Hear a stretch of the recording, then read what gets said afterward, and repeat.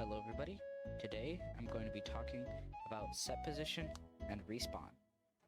I kinda brushed over it in my last video, but I plan on further explaining it here in this video, so I hope you enjoy.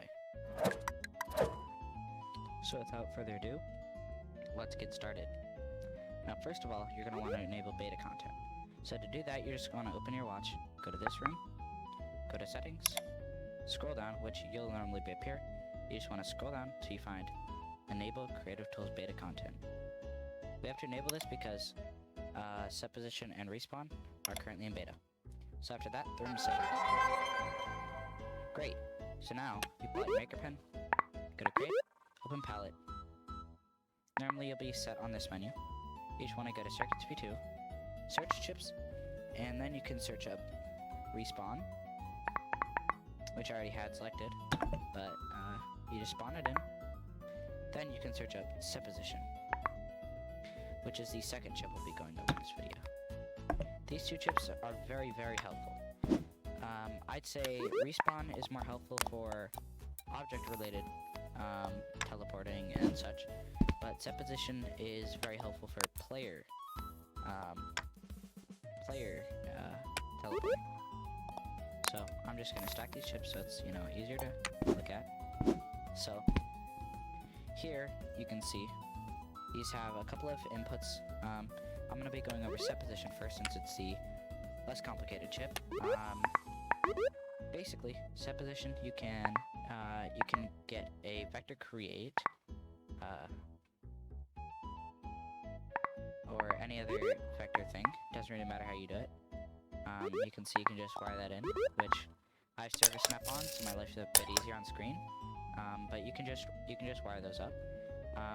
This isn't very necessary unless you want to teleport somebody into the same position. But what I'm going to do for a demonstration is I'm going to get position. My phone's going off, that's fine. And I'm going to get forward vector.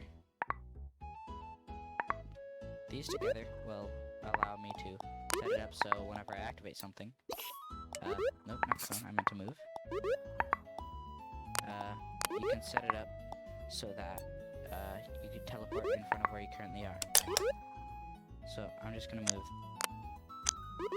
this guy down a little bit,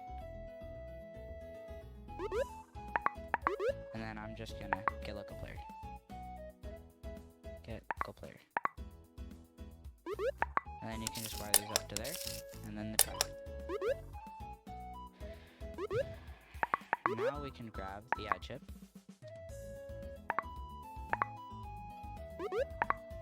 And we can add these, which it doesn't matter how you do these. But I just prefer it to look nicer like that. And then I can have it so that every time I press a button right here, it'll teleport me forward.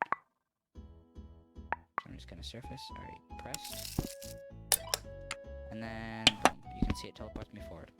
Now it does teleport me via my head position, so it's a bit weird.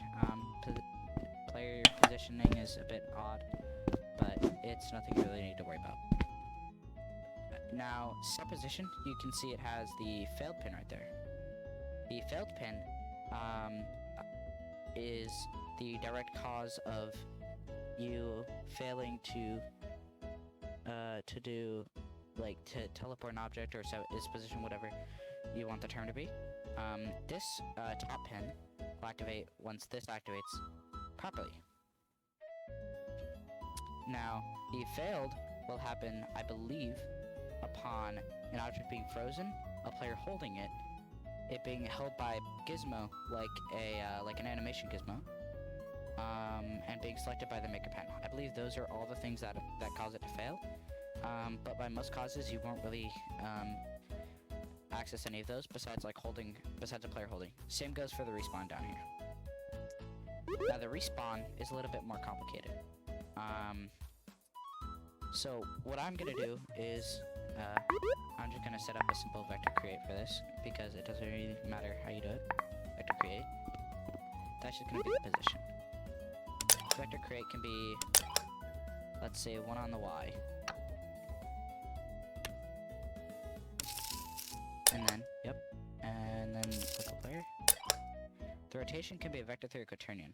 A quaternion you won't really need until you're doing more complicated CV2 related stuff. But vector 3, I can just make it the same. The rotation will allow you to specify which rotation. So if you want a player to face that way when they spawn, they'll face that way. If you want them to face that way, then they'll face that way. So on and so forth.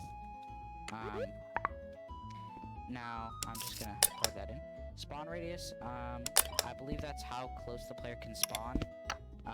I believe this allows for players to spawn like in a wall and then get pushed out. I'm not entirely sure about that. Clear velocity will make it so that when they get respawned, their velocity will either clear or not clear. So like if an object's moving and then you set it to clear the velocity, like let's say it's going that way very fast and you clear its velocity. As soon as it respawns, it'll just stop and fall. If you have that on false, it'll just continue that way, even after being respawned, which is helpful for some things. The use res effects will activate the like orange like dust particles, like if you remember that from the V1 respawner. This. That'll allow you to turn it on and off. So you'll see if I activate this button, players do get like a black screen. That's just because it's respawning. I think at some point players want it so people can like turn that off. But you'll see if I turn to like Y5, I'll teleport up higher because that's Y5 at 0, 0. So I could, which I don't really need this, or this anymore. So what I can do is I can move these. Don't mind the ghost wire. That's a current CV2 bug. But you can see I can say vector split. Now what I'm about to do is I'm about to make it so that it teleports me to my current X and Z position, while teleporting me up to the Y on 5. So you'll see when I activate this button from here, I'll fall to the exact same position. Now it won't be the same rotation because I don't have a get rotation here. But you'll see if I do get a get rotation. Wrong position. Then I can put this into the rotation there. You'll see I'll keep my rotation exactly, and I'll just fall back, which is pretty helpful. If you want players to like teleport up to a higher place, you can have it so that the player gets technically set that rotation.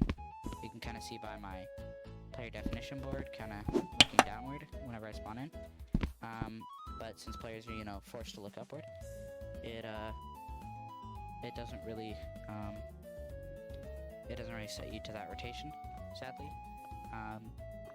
But I mean, as long as you get used to how these chips work, they're really not that hard. But you know, that's really all I have for today. So I'll see you all later. As always, have a great time creating in CV2.